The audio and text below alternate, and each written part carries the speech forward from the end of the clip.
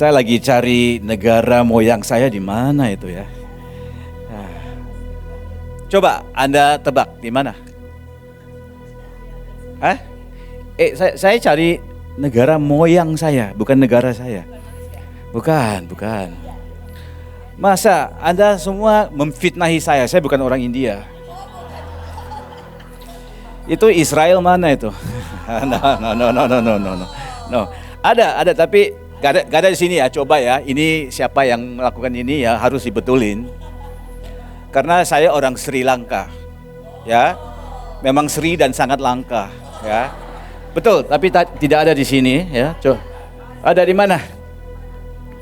Ya memang tempat apinya, tapi tetap nggak muncul. Yang ada cuma China, Thailand, ya, tapi nggak ada Sri Lankanya. Karena Anda lupa itu satu pulau kecil, ya.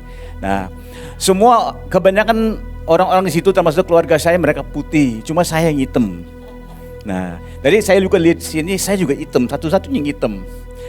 Ketiga, satu-satu yang salah pakai batik. Tapi bukan salah saya, karena kamar dikasih itu. Nah, jadi ada satu waktu saya di pesawat, mungkin saya pernah cerita dulu, 2 tahun lalu sebelum pandemi, saya lagi duduk, ada satu orang yang lewat, dia bilang, apa kabar Pak? Saya langsung lihat, saya tahu ini orang Mahanaim. Dia tanya saya, gimana Bapak tahu saya orang Mahanaim? Dia tanya, apa Roh Kudus? Saya kasih tahu, enggak, bajumu. Ya, oke. Jadi kalau Anda nganggap saya orang Mahanaim, ya coba ya, baju dikasih ya. Oke. Kalau mau sekarang juga saya ganti. Yuk, saudara, saya mau membawa sedikit firman Tuhan ya, oke? Tadi mana ya bapaknya? Itu siapa nama Pak? Pak Fendi ya, saya catat dulu ya, oke. Di mana itu PowerPoint saya? Ya, dulu saya ke gereja, orang selalu tanya, itu Pak ada PowerPoint nggak? Saya bilang nggak ada, mereka kecewa.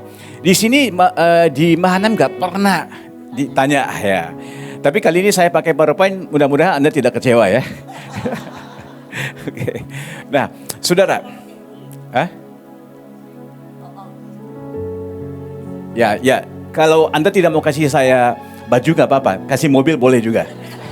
Ini saya sudah kasih pesannya ya. Oke.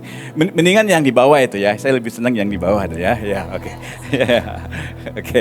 Nah, jadi khotbah saya judulnya dari sini ya. Kalau Anda lihat yang di atas sebelah kiri itu berbicara kesadaran saudara. Itu berbicara sikap.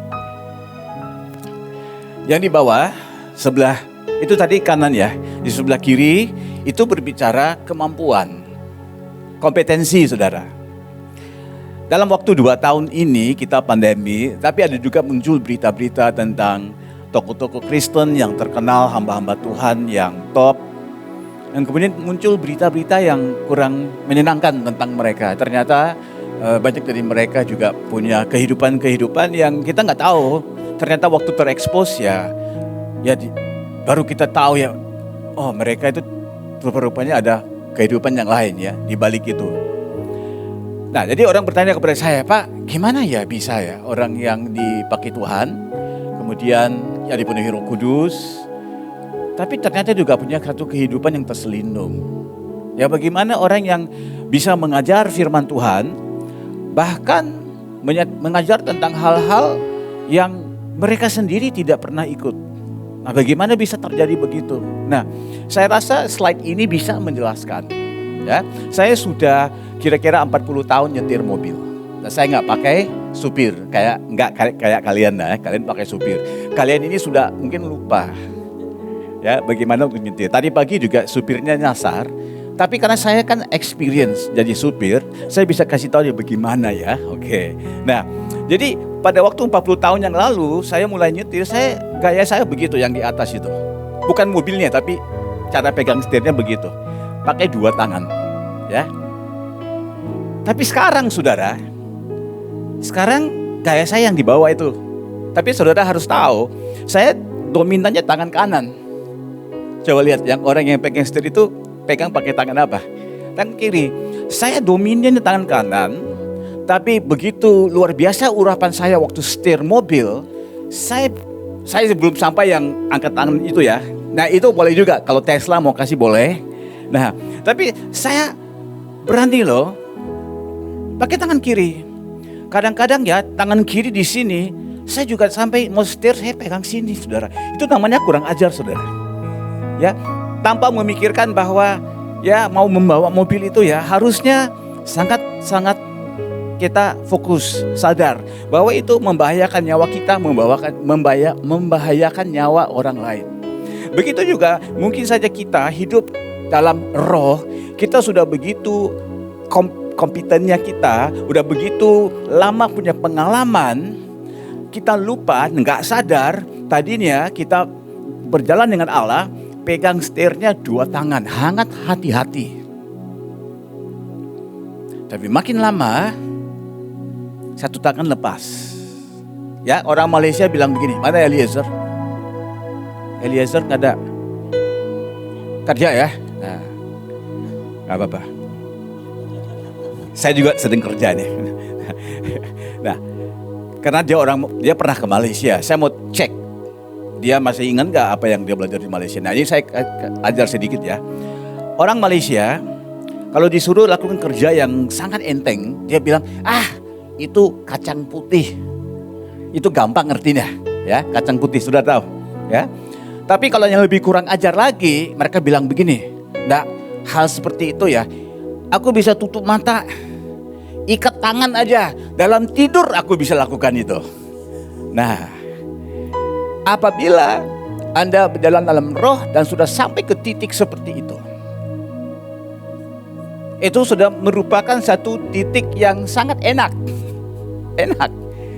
Karena kita bangun pagi jam 5, kita ngopi, kita cek WhatsApp, ada yang jemput, langsung turun ke sini, khotbah, mengalirlah Roh Kudus. Kita pikir sudah hebat. Hidup terus begitu, kan Anda bilang gak apa-apa lah, satu tangan juga gak usah. Bisa diangkat dua-duanya. Anda rasa itu sangat enteng, kacang putih. Tutup mata, ikat dua tangan saya. Saya lagi tidur, orang Indonesia masih mendingan, mereka bilang merem ya. Nah, Anda merem kan berarti masih bisa lihat. Orang Malaysia lebih hebat. Dia tutup mata, tidur pun dia bisa lakukan hal seperti itu. Nah, ada banyak orang sudah sampai ke situ. Dan mereka merasakan itu karena mereka diurapi luar biasa oleh Tuhan. Mereka tidak menyadari bahwa mereka sudah sampai ke yang titik bahaya. Kenapa orang-orang yang dipakai Tuhan luar biasa bisa mengalami kejatuhan? Nah, slide ini menjelaskannya. Karena pelan-pelan tanpa menyadari mereka sedang berubah dari yang di sebelah kanan ke sebelah kiri. Nah, setelah bubar ini Anda nyetir mobil, perhatikan cara Anda menyetir. Ya, mari slide yang berikutnya. Saya punya 5 slide aja kan, jadi sudah 1 slide. Slide kedua ya, oke. Nah, dalam berjalan dalam roh ada 2 dimensi. Dimensi yang pertama, sebetulnya saya cuma mau keluar satu-satu, tapi ada orang yang belakang mau ngebut itu ya, jadi keluar semua saudara ya. Oke. Nah, jadi di mana ya? Di sebelah kiri itu apa? Kemampuan, ability ya. Sebelah kanan ya, oke. Sebelah kanan bicara sikap, attitude. Satu, berprestasi di depan manusia. Satu, manusia tidak bisa lihat. Hanya Tuhan yang bisa lihat. Nah, kira-kira yang mana yang menjadikan manusia itu, hamba Tuhan itu, pemimpin itu, umat Tuhan itu bisa jatuh? Apakah itu karena kurang kemampuan atau sikapnya yang sudah kurang? Ya, sikapnya, saudara.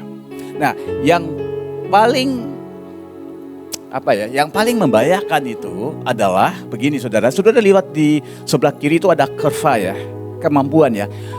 Begini, makin lama Anda melakukan satu hal, makin sering Anda melakukan hal ini. Contohnya misalnya ya, ini mungkin sudah 10 kali saya bawa firman ini.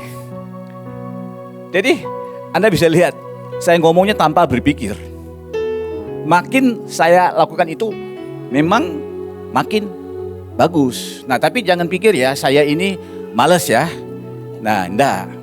Saya lebih hebat dari Yohanes Pembaptis. Yohanes Pembaptis kalau Anda undang dia, sebenarnya nggak usah undang dia. Anda udah tahu dia mau ngomong apa. Bertobatlah karena kerajaan Allah sudah datang. Anda undang dia sebelum pandemi, waktu pandemi, sesudah pandemi. Khotbahnya cuma itu doang, saudara. Dan Anda anggap dia hebat kan? Dia punya satu saja yang mau dia sampaikan. Kita yang lain itu lebih parah. Sebenarnya yang kita mau sampaikan cuma satu. Tapi kita pinter puter-puter 1 jam, 2 jam. Tapi kalau kita lihat ya yang dasarnya itu aja. Selama bertahun-tahun itu saja kan. Nah, jadi Yohanes Pembaptis memang hebat saudara. Karena bertahun-tahun cuman itu doang yang dia kabarin. Bertobatlah karena kerajaan Allah sudah mau datang. Nah, jadi kalau sering kita melakukan satu hal seperti nyetir, ya Anda mungkin sudah kurang pinter nyetir karena sudah pakai supir. Ya. Jadi kalau Anda terus pakai nabi, Anda juga kurang peka untuk dengar firman Tuhan, mendengar suara Tuhan sendiri ya. Jadi sudah ini saya nggak doain siapa-siapa ya. Om Mike malah ditanya. Oke. Ya. Ini udah pinter nih. Saya nggak bisa balas nih. Nah, oke. Jadi kurva itu terus naik. Bukan karena urapan. Bisa juga karena sering ada pemakaian. Kita pakai terus. Ya terus naik. Oke. Nah, sekarang saya sudah lihat di sebelah kanan. Itu ada kurva sikap. Sikap juga akan naik. Meningkat. Karena pada awalnya kita rendah hati. Kita begitu haus. Kita inginkan sesuatu dari Tuhan. Sehingga sampai di satu titik yang paling atas itu ya. Dan titik itu adalah titik di mana kemampuan kita sudah ngetop. Sayangnya sesudah itu, apabila orang menyadari kemampuannya sudah top, mulailah satu tangan diangkat dari setir. Dan sikapnya mulai turun. Nah, saya mau ceritakan beberapa hal yang merupakan sikap. Ya, sikap. Yang pertama, saya juga tidak mau terjemahkan dalam bahasa Indonesia. Coba Ibu Irin, itu hunger dalam bahasa Indonesia apa? Gak mau, ini pagi mereka belum makan. Saya gak mau sebut itu. Saya tanya yang maha tahu itu ya, Google kan, Google yang maha tahu kan. Anda tahu manusia zaman ini tidak takut Tuhan, tapi takut Google. Semua terekspos dari situ kan. Nah, jadi saya tanya Google, itu bahasa Indonesianya hungernya apa? Lebih parah lagi, kelaparan. Well, jadi saya juga mau bilang haus, wah sulit. Tapi saya mau nyatakan saudara, ini adalah hal yang sangat dasar. Oke, izinkan saya menceritakan beberapa hal. Nah, kita kumpul setiap Senin kan? Gak ada pernah libur kan? Gak pernah libur kan? Ya, jadi nomor teleponnya Ibu In saya mau kasih tahu ya. 247 365. 24 jam, 7 hari seminggu, 365 hari itu. Catat itu nomor teleponnya. 247 365. Anda juga begitu ya teleponnya. 247 365 ya. Catat semua itu ya. Ya, udah kasih tahu ya bocoran itu ya.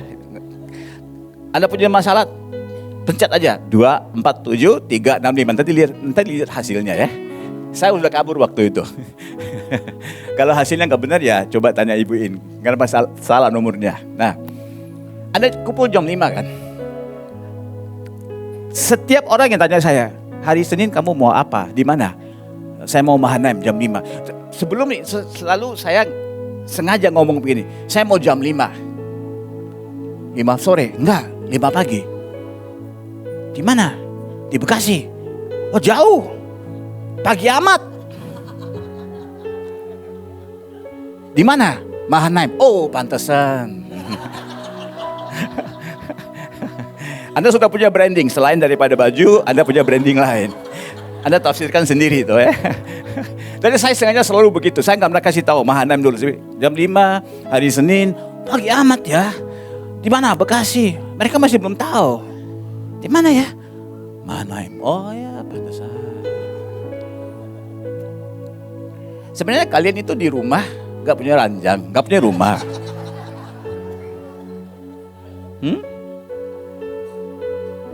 Kamu punya rumah. Karena di rumah AC gak jalan, gak nyala. Hah? Gak punya keluarga.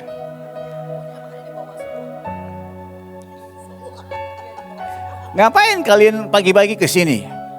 Pakai listriknya Mahanaim. Ikut online aja.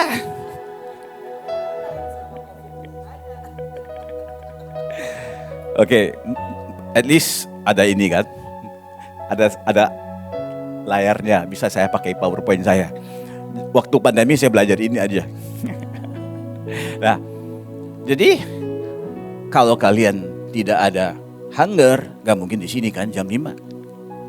Ya, ingat, hunger itu tidak membuatkan Tuhan berkenan kepada Anda. Hunger itu memposisikan Anda, menjaga sikapmu, memastikan kurva itu tidak terjadi. Saya cerita lagi ya, supaya Anda tidak pernah lupa apa yang saya sampaikan ini. Ya, berapa tahun yang lalu ada satu perusahaan, ya mereka minta saya datang untuk ya berbicaralah kepada direkturnya mereka.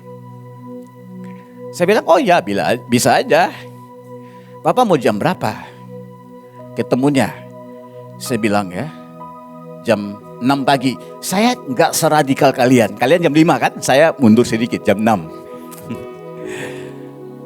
Sengaja saya bilang jam 6 karena satu hari kan ada 24 jam. Nggak usah pilih jam 6. Harus tahu ya. Waktu itu saya nginap di Cikarang. Kantor mereka di Jakarta. Kalau saya mau jam 6 di sana, Anda bisa bayangkan saya harus berangkat jam berapa. Bukannya saya nggak bisa lebih pagian, bisa. Tapi saya kasihan supirnya. Dia mesti standby lebih duluan daripada saya yang siap. Dia bisa datang dari rumahnya. Dia mungkin tadi malam juga bertugas. Jadi saya bilang mungkin nggak apa-apa jam 6. Nah, yang direktur mereka itu semua tinggal di dekat kantor.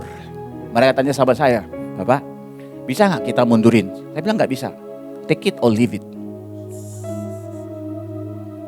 Saya sengaja bilang jam 6 karena direktur utamanya sudah komplain dengan saya bahwa beberapa direktur yang lain itu nggak tahu benar atau nggak benar. Saya bilang satu cara saja mau membuktikan. Jam 6 kita bikin acara, kita lihat siapa yang on time. Yang kita on time, dia seperti laskarnya Gideon yang harus dipinggirkan. Bapak nggak perlu tarik canat Tuhan, tidak perlu, kita tesnya pakai hunger saja. Kalau lu nggak punya hunger, nggak usah ikut. Yuk pulang ke rumah ikut online boleh. Ya ternyata dari 4 direktur, cuma 2 yang on time, 2 yang nggak on time. Saya bilang ini 2 geser. Oh janganlah Pak, ini nggak bener lah. Saya bilang nggak apa-apa. Kalau kamu nggak geserkan mereka, dalam waktu 1 tahun pun mereka akan mengundurkan diri. Dan persis seperti saya katakan, nggak sampai 1 tahun 9 bulan sudah mengundurkan diri. Karena you nggak punya hunger, urapan pun tidak bisa membantu kamu. Yang ketiga, saudara, saya cerita lagi ya, mau? Ya, ada satu gereja yang suruh saya datang ngajar mereka, leader-leadernya mereka. Itu gereja yang cukup besar, 3-4 ribu orang. Tapi gak usah pikir, gereja mana loh?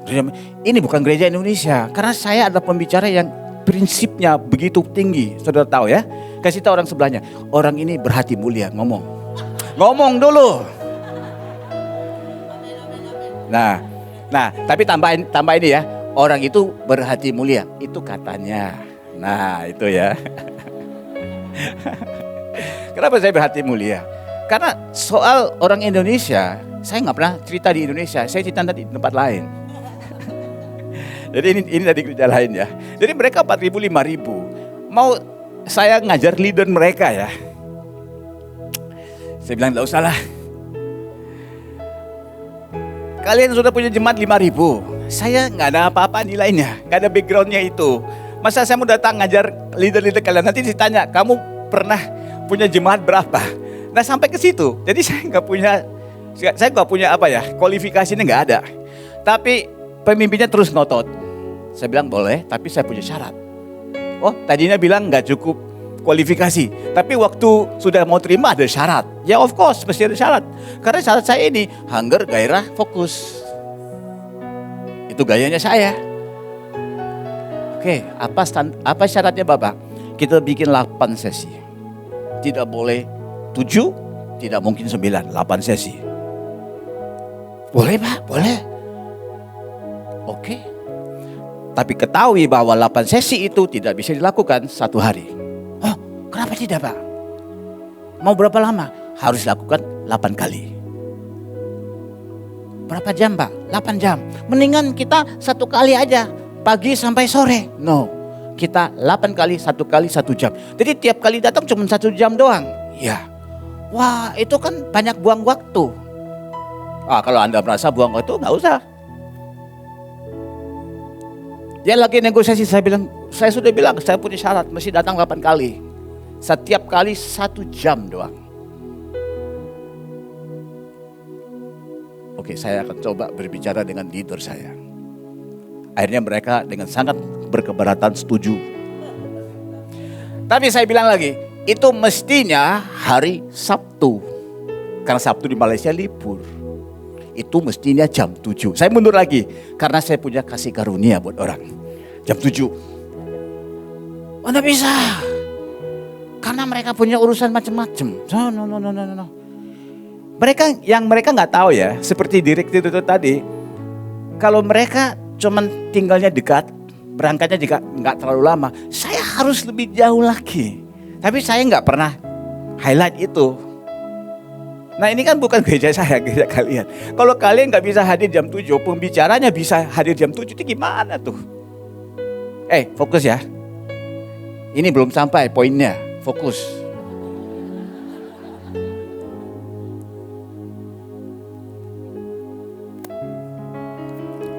Protes lagi. Tapi akhirnya setuju. Tapi saya tahu kan, mereka tidak akan on time. Berarti mereka sudah sampai ke daerah nyaman yang bahaya itu. Tapi gak apa-apa. Nah ini dengar. Jam 7 mau mulai. Harusnya tempat itu dibuka jam berapa? Tadi pagi dibuka jam berapa ini? Hah? Masa tepat? Ini kan 247 365. Kan dibuka selalu kan? Bukan? Kejebakan. Nah. Dari tadi saya sudah pikir bagaimana mau kejebakin ibu ini kan? Tadi kena dua kejebakin saya, sekarang one all ya. Oke. Nah, kan 247 365. Kapan-kapan juga buka kan? Nah. Apa poin saya lupa. Jam 7 mau buka kan? Sorry, jam 7 kita masih start. Saru harus nyampe di situ jam berapa? Nah, saya sudah sampai di situ 6:30. Tapi seperti yang saya prediksikan, gak ada seorang pun di situ, cuman saya aja di situ. Berdiri luar pintu itu lagi tunggu. Pembicaraannya sudah sampai, yang audiensnya belum ada. Kira-kira 5 menit setelah saya berada di situ, pintu lift buka. Saya lihat, gak ada orang di situ, tapi ada seperti satu, ya ada manusia tapi pendek sekali. Masa Zakheus kan sudah meninggal? Ini ada bocah, anak kecil. Ini bukan leadernya saya, pasti kan. Dia jalan. Halo pastor, my name. Dia kasih tahu namanya. Siapa kau? Saya mau ikut leadership ini. Siapa yang undang? Gak ada siapa yang undang. Kenapa kamu kesini? Karena saya mau belajar leadership. Berapa umur kamu? 13.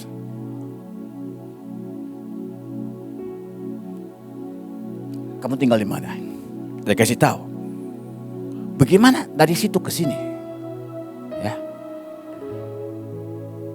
Jam kita sekarang jam 6.40. Ya, jam 6.40 di Malaysia sama dengan jam 5.40 di sini. Jam berapa kamu berangkat dari rumah? Jam 4:30. Jam berapa kamu bangun? Jam 4. Siapa yang bangunin engkau? Gak ada siapa-siapa. Siapa orang tuamu? Dia kasih tahu, oh itu nama penatua-penatua gereja ini. Di mana mereka? Lagi tidur, Pak. Nah, dengar sini ya. Kalau anak-anakmu benar, jangan pikir kau hebat. Karena ini orang tuanya enggak benar, tapi anaknya hebat. Sekiranya Anda hebat tapi anakmu tidak hebat, itu bukan salahmu juga.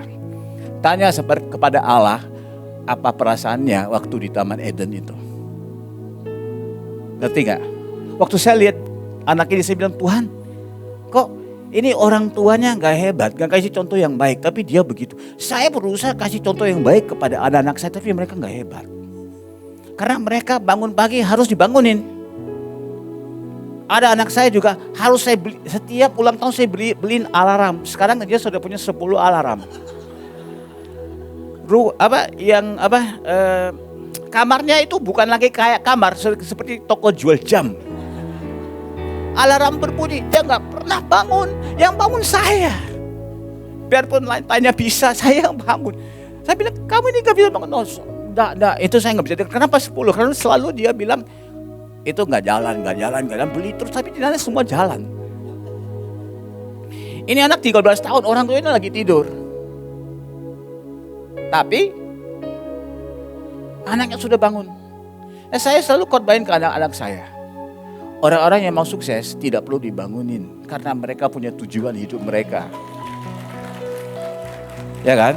Nah, kalau Anda pakai alarm sudah turun sedikit lah.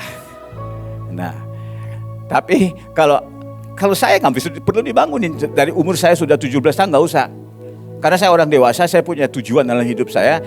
I have things to do, saya akan bangun. Biarpun jam berapa, saya akan bangun. Nah, saya lalu prediksi lagi. Nanti kalau ini sudah buka, kita mulai pasti telat. Saya mau lihat ini anak duduk di mana. Dia duduk paling depan. Dan saya berkata dalam hati saya, Tuhan, sebetulnya anak ini tidak perlu ikut acara kita. Dia sudah on the way. Mudah-mudahan Tuhan saya tidak merusakkan dia. Karena dia tidak perlu apapun dari saya. Karena dia sekarang umur 13 tahun lebih hebat dari saya waktu umur saya 13 tahun. Mudah-mudahan saya tidak mengganggu dia, saya tidak merusakkan dia. Mudah-mudahan gak ada satupun manusia lain yang akan merusakkan dia. Karena dia sudah di jalan yang benar. Bayangkan 13 tahun dia sudah begitu. Waktu umur 30 tahun lebih hebat lagi. Pasti. Ngerti? Itu namanya apa? Hunger. Mau dengar lagi cerita? Yang ketiga. Ini yang ketiga kan? Belum, cerita saya. Cerita saya kan pertama direksi. Kedua ini soal jam kan. Nah, yang ketiga ini. Lama dulu ya, ada satu hamba Tuhan di luar negeri yang suka ajak saya ngopi. Dan dia selalu suka bertanya sama saya, oh itu khotbah gimana Pak? Khotbah eksposisi gimana? Mau dengar suara Tuhan gimana? Mau dipakai Tuhan dalam karunia gimana? Dia terus bertanya kepada saya, lalu saya pikir, masa itu hilang? Masa itu hilang? Itu PowerPoint ya, saya ambil waktu 2 jam untuk siapin. Ayo. Gak usah lihat muka saya, yang penting itu. Coba lihat itu saudara. Jangan tepuk tangan, saya tahu saya memang Sri Lanka. Lihat itu. Oke, apa tadi? Dia sering tanya kan, lalu saya pikir dia hunger kuat. Nah, saya tadi kan tanya sama Liani, lihat koper saya kan. Itulah koper yang saya pakai 1 minggu. 2 minggu pun koper yang sama. Saya pergi ke Amerika atau saya pergi ke Australia atau ke Indonesia atau ke Singapura, itu aja saya pakai koper itu. Karena saya nggak mau buang waktu di bandara. Ya, saya duduk selalunya itu naik Air Asia aja, nggak bisa naik yang lain itu karena mau duduk di depan mahal. Air Asia yang duduk depan nggak terlalu mahal. Nah, nanti kalau Anda lewat Air Asia, Anda lihat orang pakai masker, orang hitam itu saya. Pasti, selalu 1C atau 1F. 1C, 1D itu saya, saudara. Ya. Nah, karena orang ini kelihatannya begitu kuat hungernya. Saya pulang ke Malaysia, saya lakukan satu hal yang tidak berprinsip. Saya ambil kira-kira 300 buku dan saya fotokopi. Mahal, fotokopinya lebih mahal dari buku aslinya. Cuma buku aslinya sudah nggak ada. Itu buku-buku dari tahun 70-an atau 80-an yang saya baca waktu saya remaja. Itu cuma sebagian dari buku-buku yang ada pada saya. Saudara tahu saya mencintai buku-buku itu lebih dari istri saya. Karena buku itu saya bungkusin pakai plastik segala macam. Waktu mau difotokopi, saya tidak tega untuk lihat buku itu difotokopi. Saya suruh aja orang angkat buku itu difotokopi, taruh kembali di tempat saya. Karena saya nggak tahan mau lihat. Buku itu dirusakin. Saya sangat mencintai buku-buku saya. 300 buku loh. Saya fotokopi lebih mahal daripada beli buku aslinya karena sudah nggak ada. Kemudian waktu saya berangkat, saya mesti pakai 2 dus besar. Yang itu juga melanggar prinsip penting dalam hidup saya. Jangan bawa dus. Saya bawa itu. Gara-gara itu saya di bandara waktu mengambil itu barangnya udah panjang lama itu. Tapi semua saya lakukan. Karena dia punya hunger, saya juga punya gairah kan. Saya gak mau kalah ya. Saya bawa kasih ke dia. Dia bilang ini, this is for you. Oh thank you Pak. Itu sudah 12 tahun. Sering kali saya tanya dia, gimana buku-buku itu? Dia jawabnya begini, buku apa Pak?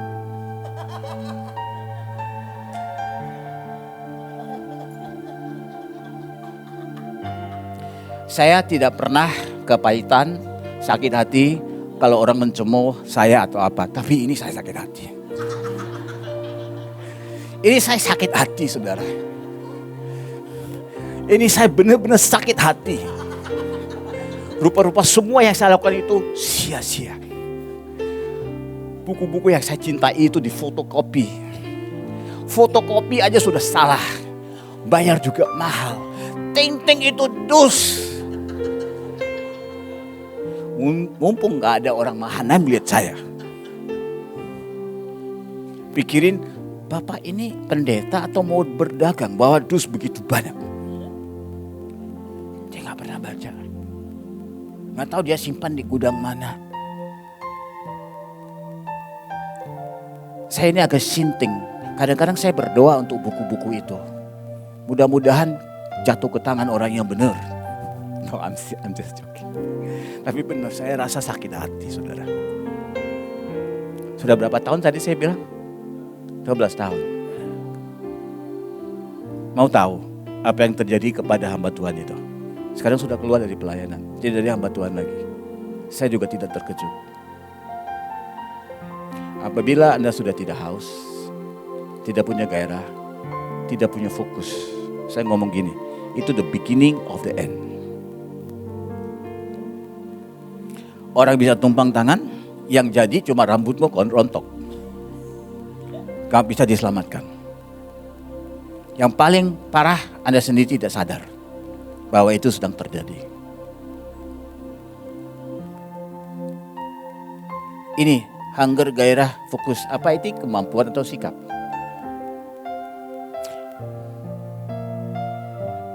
Ini coba jawab, ini kemampuan atau sikap?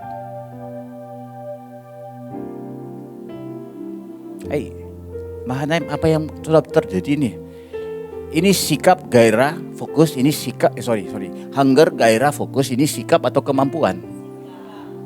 Bisa gak Anda mendatangi pendeta atau hamba Tuhan bilang, tumpang tangan dari saya mau terima sikap, hunger, gairah, fokus. Bisa gak? Tak bisa. Orang bisa kasih Anda pengajaran. Orang bisa mengajar Anda beberapa hal, kasih Anda ilmu. Tapi orang gak bisa kasih Anda ini, saudara. Ini hanya terjadi sewaktu Anda bersekutu dengan Tuhan. Anda masih menangkapnya. Maka saya sudah nyatakan dulu di sini. Jangan mensia-siakan jam doa Anda dengan terus mengangkat doa-doa permohonan itu dan ini. Tuhan sudah siap melakukannya. Pakailah jam doamu untuk bersekutu dengan dia. Waktu dia download, itu yang muncul hunger, gairah, fokus. Satu lagi, saya mau tambah ini. Ya, mana catatanmu? Berani ya datang ke sini nggak pakai bawa catatan. Nah ini tante ini yang paling bagus. Cuma tante ini aja yang saya doain ya, yang lain enggak. Bawa catatan ya tante ya, bagus. Kalian semua ini terlalu sombong ya, mau bawa catatan itu nggak usah. Saya sudah bisa simpan di sini, nggak apa-apa. Saya cuma dengerin dia, mau lihat dia masih oke atau tidak. Tapi tante bawa catatan, kalah kalian. Ya, saya tahu kalian ini semua, ya itu tante, ini tante lagi di belakang, tante-tante ini coba ikut. Nah, saya tahu kalian ini semua gereja yang bernama setir satu tangan kan? Denominasi itu kan? Setir satu tangan, catatan gak dibawa. Sekarang sudah mulai keren kan? Alkitab pakai HP kan?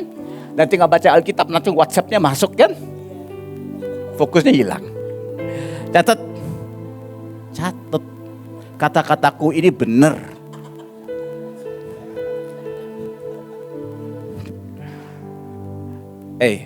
Anda mau tahan lama mesti fleksibel.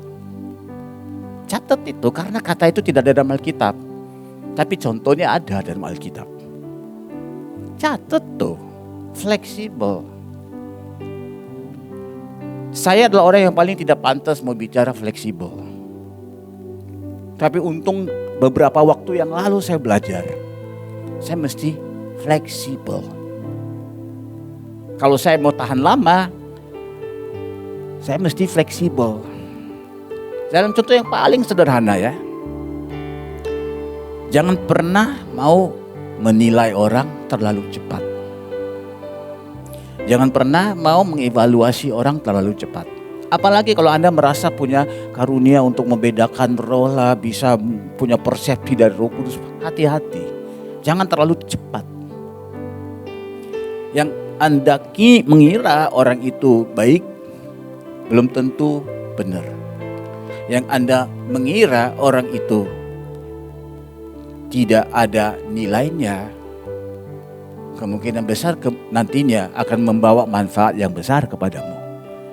Paulus pernah menganggap Markus itu tidak bagus untuk dia.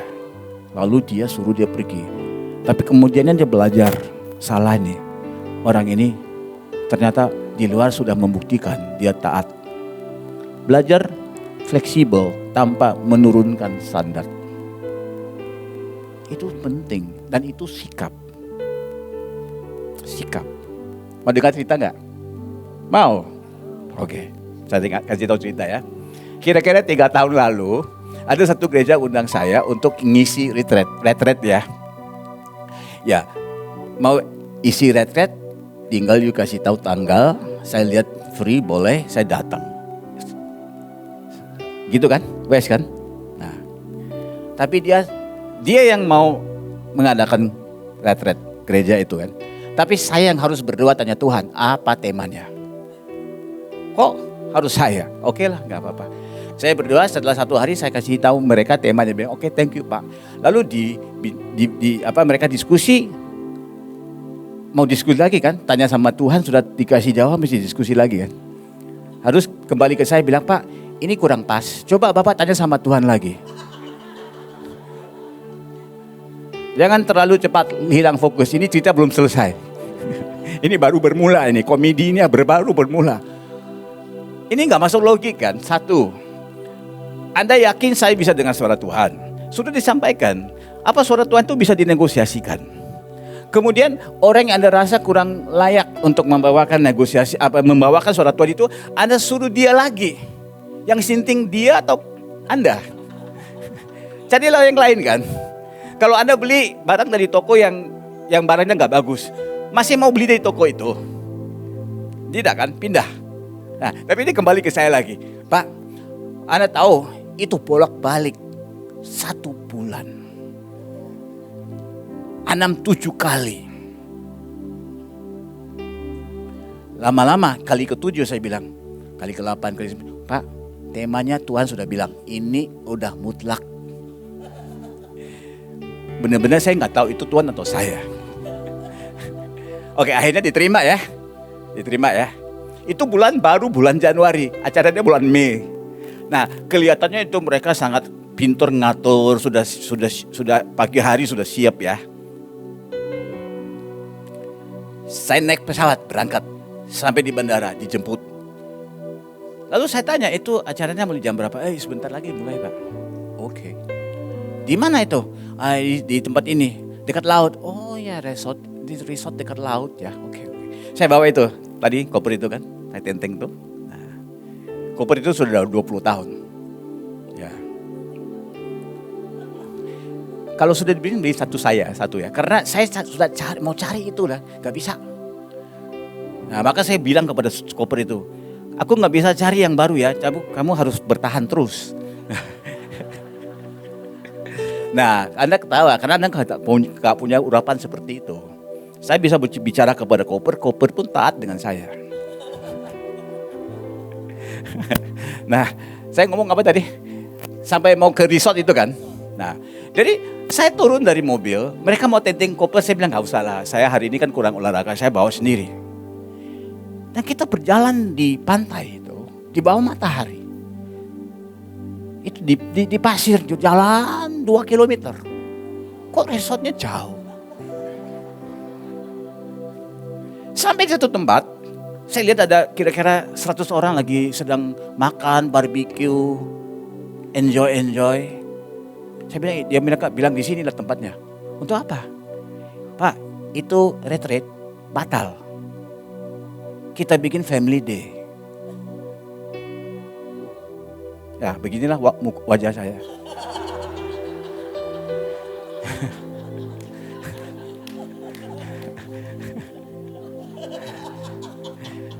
Tapi kalau Bapak tidak keberatan, saya udah pakai baju batik saya loh.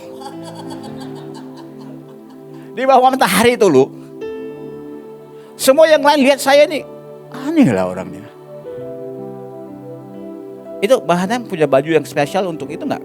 Khotbah di bawah matahari itu ada ya. Pakai yang sunscreen itu ya. Saya mau yang sunscreen ya. Anda tidak pernah ngalami kan? Pak, kalau tidak berkeberatan, nanti Bapak sampaikan firman Tuhan. Ada speaker? Enggak ada. Saya kan kasih PowerPoint. Gimana layarnya? Gak usah pakai PowerPoint Pak.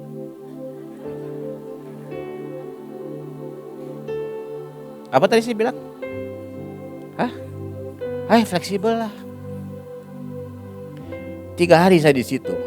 Besoknya katanya, Pak bisa ngisi nggak doa pagi? Wah bisa. Jam 5. Kayaknya mau niru Mahanaim. Yang hadir 2 orang. Sedangkan itu jemaat 2000. Pendetanya saja tidak hadir.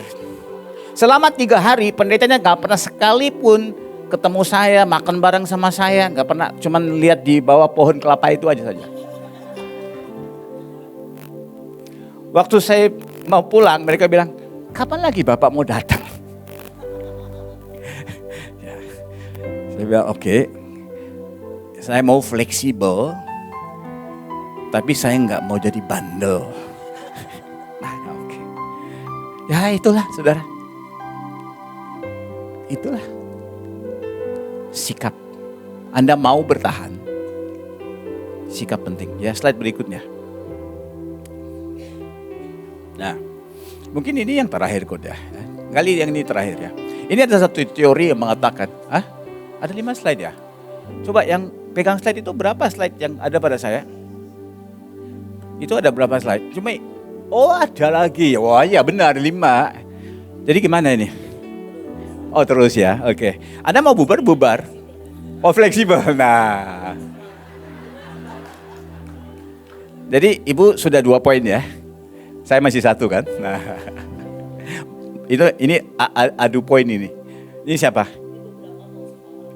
Oke. Fleksibel ya, kasih tahu ya. Nah ini begini, ada satu teori begini mengatakan tentang teori mengembangkan kompetensi Anda. Ya, kita lihat ini ada kuadran 4. Mulai dari angka 1, kemudian geser ke angka 2, naik, geser angka 3, 4. Nah, yang paling rendah itu nomor 1 tentunya. Yang paling tinggi itu 4. Saya nggak setuju. Ya, ini bukan teori saya, ini teori yang diajukan oleh orang lain. Nomor 1 itu ya, kita nggak tahu dan kita nggak sadar bahwa kita nggak tahu. Kita nggak mampu dan kita nggak tahu bahwa kita nggak mampu. Kemudian pada satu waktu ya, Anda menyadari bahwa Anda tidak mampu. Itu ada sedikit kemajuan di situ. Anda masuk nomor 2. Apabila Anda menyadari bahwa Anda tidak mampu, kemungkinannya Anda akan melatih dalam hal itu. Dengan latihan terus, mudah-mudahan Anda akan naik ke level nomor 3 itu. Kuadran 3. Menurut saya yang membuat Anda naik itu bukan latihan itu, tapi hungernya. Tapi mereka tidak ngerti hunger. Tapi mereka bilang jangan berhenti di nomor 3. Nomor 3 itu apa? Anda sadar bahwa sekarang Anda sudah mampu. Dengan kesadaran sedemikian, Anda kalau bawa mobil, Anda pegang setir 2 tangan. Anda tahu kalau satu tangan bisa bahaya. Lalu pegang terus 2 tangan. Nah, kemudiannya diperkirakan bisa ada satu tahap lagi, yaitu Anda jadi mampu tanpa sadar. Itulah yang orang Malaysia bilang, kacang putih. Aku tidur pun bisa. Nah, menurut hamba-hamba Tuhan yang tertentu, itulah tahap urapan. Menurut saya, itu tahap penyesatan. Apabila Anda merasa tidak perlu sadar, tidak perlu punya sikap, dan Anda mampu. Anda sudah tidak lagi hamba Tuhan, jadi mesin namanya. Hati-hati. Nomor 4 itu bukan yang paling tinggi. Yang nomor 3 itu yang paling tinggi, saudara. Yaitu Anda selalu sadar bahwa ini bukan milikmu. Ini ada satu tanggung jawab. Bahwa ada orang-orang yang berharap padamu. Ada orang-orang yang akan melihat contohmu.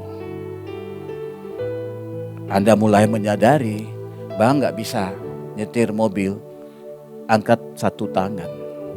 Anda mesti tetap pegang dua-duanya. Demikianlah caranya hamba-hamba Tuhan yang angkat tangan, hilang sikap apabila mereka bilang gampang. Nah, ini satu hamba Tuhan 20 tahun yang lalu bercerita kepada saya. Pak, sebenarnya dia kayaknya mau berbangga di depan saya. Tapi dia lakukan dengan cara berbangga tapi dibungkus dengan kerendahan hati. Pak, saya baru berusia seperti Bapak. Oh, oke. Saya bukan orang imigrasi, saya gak mau tahu latar belakangmu. Tapi kalau mau cerita ya cerita. Saya sudah punya sekarang gereja yang ada 50 cabang. Enggak ada hamba Tuhan di negara saya yang punya cabang sebegitu banyak. Sedangkan saya yang paling muda. Oke.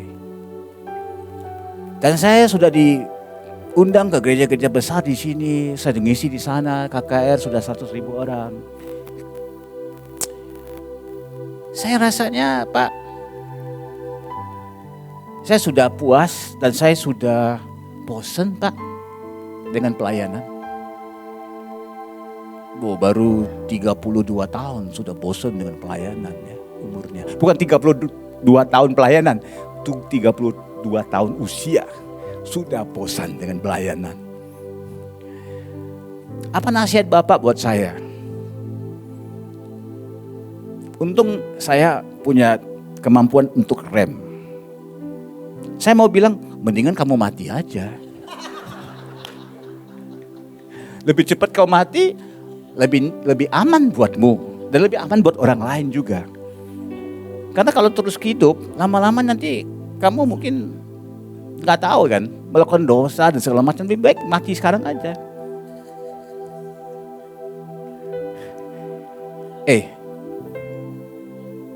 Bener nggak apa yang saya ngomong nih? Lebih baik kau mati aja. Masa ibu bilang saya terlalu keras? Anda sendiri ketawa kan? Ini orangnya bilang saya yang keras. Wah, ini dunia sudah jadi kiamat nih. Siang jadi malam, malam jadi saya keras.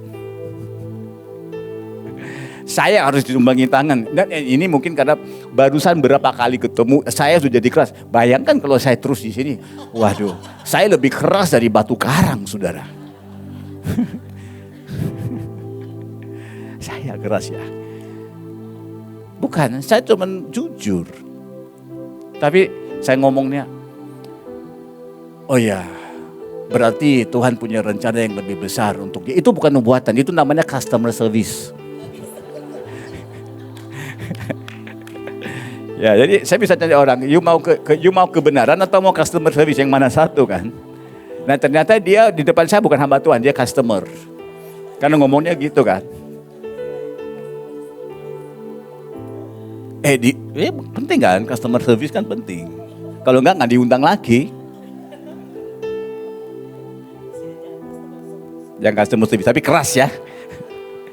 Tapi saya kalah keras juga, pasti kalah keras. Nggak apa-apa lah. Yang bagian keras orang lain ya, Anda tahu siapa? Saya datang bagiannya untuk ketawa-ketawa aja ya. Ada orang pernah tanya saya, Bapak pernah pikir nggak mau jadi stand up comedian? Saya bilang iya, saya udah 50% di situ, saya sudah stand up kan. Tinggal komedi sudah, itu sebenarnya sudah.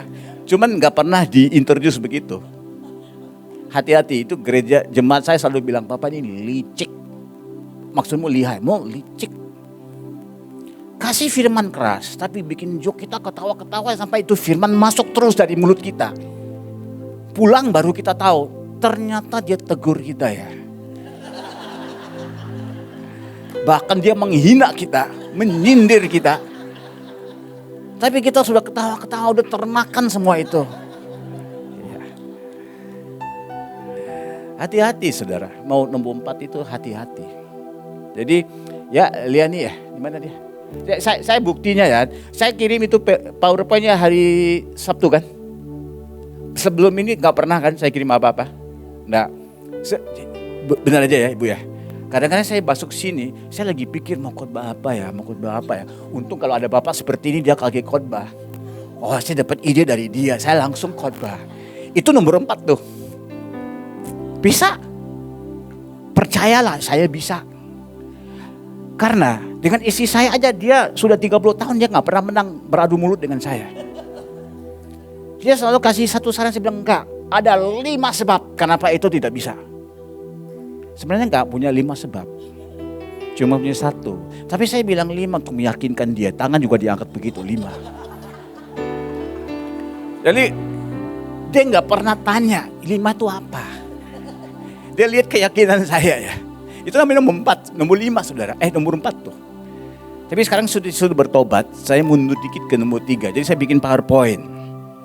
Supaya menunjukkan bahwa saya ini tahu, bahwa saya mesti sadar kemampuan ini mesti diarahkan dengan benar ya. Poin yang berikutnya.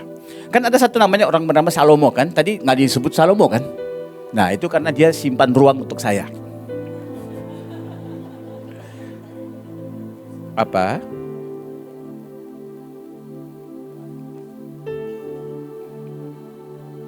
Pasti berhasil. Masih berhasil karena dia pinter marketing.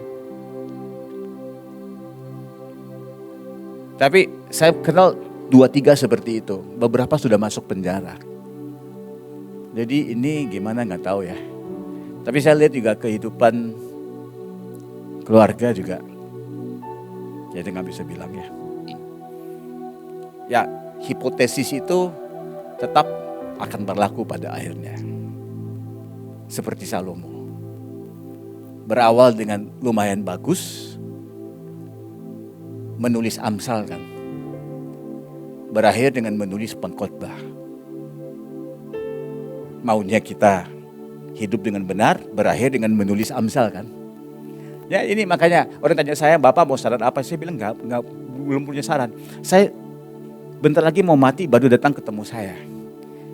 Kalau saya lagi mau mati, ada orang masih mau tanya saya nasihat, baru itu berguna kan. Kalau saya sudah mau mati, orang gak mau tanya saya nasihat karena saya sudah out discourse, itu juga buktinya kan. Saya gak punya apa-apa mau disampaikan. Ini belum apa, dia sudah bikin Amsal. Amsal 4 ayat 23. hati-hatilah, jagalah hatimu karena segala hal yang penting itu terpencar dari situ kan. Tapi akhir hidupnya kan Alkitab mencatat hatinya terbelah dua. Ini gimana nih? Orang salesnya jual produk bagus tapi dia sendiri gak pakai produk itu. Produk itu masih bagus gak? Tapi ini saudara, yang Tuhan mau, produk yang kita jual itu dengan diri kita gak bisa dipisahkan. Sebetulnya, dengar ini baik-baik. Produk itu bukanlah apa yang kita sampaikan, melainkan produk itu adalah kita sendiri. Jangan pernah Anda mau, Anda jangan pernah mau berselindung di balik. Anda sering berkata begini ya, saya berselindung di balik salib. Itu pengajaran apa itu? Bayangkan kalau Yesus ya tidak pernah mau disalibkan, tapi dia bilang, Tuhan, selindungkan aku di balik salib ini. Itu pengajaran apa nih? Ini kan pengajaran yang mau membungkus saja ya. Tuhan, biar mereka tidak lihat saya, tapi mereka melihat-Mu. Dulu ada satu argumentasi antara jemaat dengan gembala, saya disuruh jadi wasitnya. Saya juga pusing. Jadi jemaat itu punya komplain terhadap pendeta. Pendetanya bilang jangan lihat saya, lalu lihat Tuhan. Tapi dia bilang gimana saya mau lihat Tuhan kalau yang naik mimbar itu Bapak. Lalu dia bilang, jangan lihat saya, lihat Tuhan. Sekali lagi Pak, saya kasih tahu, bagaimana saya mau lihat Tuhan kalau yang naik mimbar itu Bapak. Dia balas lagi, Pak, saya sudah bilang jangan lihat saya, lihat Tuhan. Sekali lagi Pak, saya kasih tahu. Ini dua orang bandel terus ngomong, saya juga di situ wasit. Saya pusing.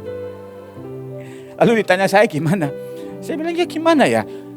1 Korintus 11 ayat 1, ikutlah aku seperti bagaimana aku ikut Tuhan. Kalau Anda jadi Paulus modern, Anda bilang jangan ikut aku, ikut Tuhan. Anda ganti ayat itu kan. Tapi Paulus tidak seperti itu. Dia bilang ikut aku, sama seperti aku ikut Tuhan. Itu namanya pemimpin kan. Kalau Anda tidak mau diikutin, jangan naik ke depan. Simple. Kalau belum siap jadi disoroti, mau jadi contoh, jangan naik ke depan. Jangan setelah kamu jatuh dalam dosa, kamu interview kiri kanan di YouTube mengatakan orang-orang gereja itu tidak pernah tidak pernah berbelas kasihan kepada aku. Ya waktu kamu khotbah seperti kamu hero. Jadi orang punya image terhadap Anda itu Anda orang besar. Kemudian waktu Anda jatuh, pasti orang punya kekecewaan. Anda bilang sama orang jangan kecewa, tapi waktu Anda khotbah, Anda suruh orang percaya. Sinting kau ya. Banyak orang sinting yang sedang naik ke mimbar, pastikan itu bukan Anda. Saya nyindir ya, ini keras ya. Gak apa-apa, saya ngakui saya nyindir. Karena berapa lama lagi saya bisa hidup. Jadi mendingan saya nyindir dulu sebelum saya mati. Saya sudah mati gak bisa nyatakan ini. Ya Salomo, gimana dia bisa hidupnya itu tergelincir. Jadi waktu orang tanya saya, Pak gimana hamba Tuhan ini, hamba Tuhan ini. Saya bilang gak usah lihat hamba Tuhan itu. Lihatlah di Alkitab sudah ada contoh seperti ini, Salomo. Nah bagaimana Pak? Salomo mulai dengan baik. Tapi kemudian dia kehilangan kecerdasan untuk belajar. Dia berhenti belajar. Kenapa dia berhenti belajar? Karena dia berdiri di satu lereng yang licin. Dia tidak peduli itu lereng yang licin. Nah, lereng yang licin, Anda tergelincir sedikit saja, itu momentum akan membawa Anda ke bawah. 3 hal. Nomor 1,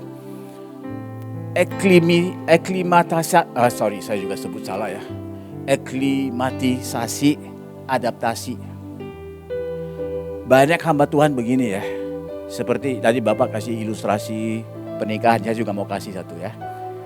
Sebelum menikah ini kan, udah berapa tahun menikah nih? 3 ya. Ingat saya kan? Ya.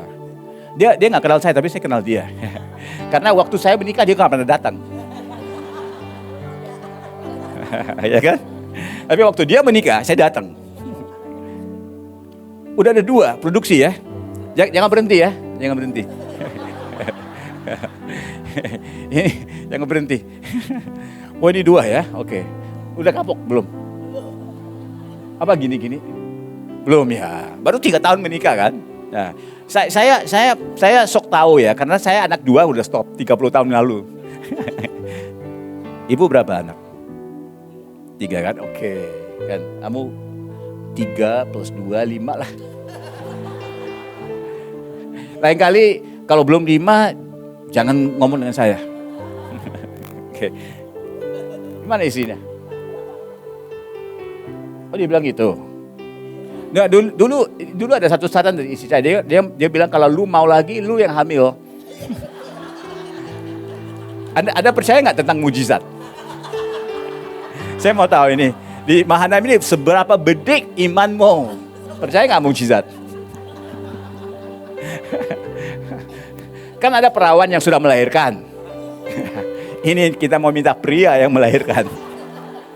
Setuju? Hah? Itu kamu kurang belajar biologi itu. Nggak usah, kamu teologi aja, nggak usah biologi. Dia belum sampai ke level ibu ya. Dia kalah sama saya terus. Kamu mesti belajar nih. Dia bisa ngalahkan saya, tapi Anda belum bisa.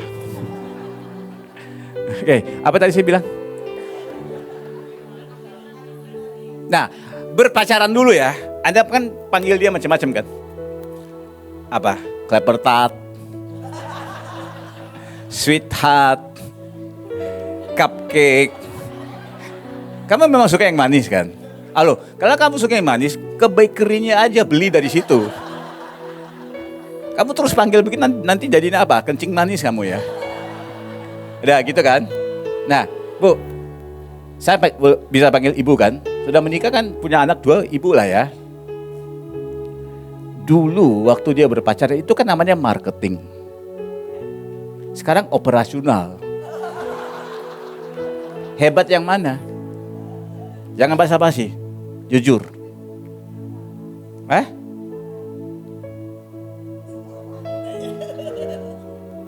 Ya, kalau dia hebat, produksilah 5 kan nanti lebih hebat dari dia.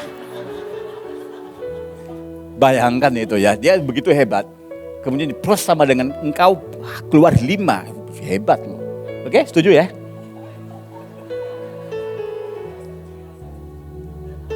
Gak apa-apa, nanti kita beresin dia.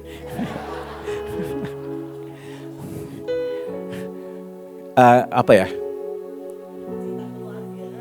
Ya, jadi gitu kan. Awalnya sweetheart lah apa-apa kan. Awalnya tiap hari telepon gitu kan. Ya, awalnya telepon tuh nggak mau dimatiin kan. Udah jangan dibukain semua ini. Oh, semua tahu. Dan Anda terus mengizinkan mereka menikah karena Anda punya iman yang gede kan. Nah, kamu belajar keras dari siapa? Oh, dia sendiri ngaku ya, bukan saya ya. Oke, never mind. Dia masih polos nih. Dia polos, saya jebakin dia terus. Nah, ini the point is, udah married. Udah gak ada hani-hani lagi kan. Udah begini, oi. Udah 25 tahun, 40 tahun. Malah sudah gak ngomong lagi kan. Katanya sudah intim, gak usah ngomong.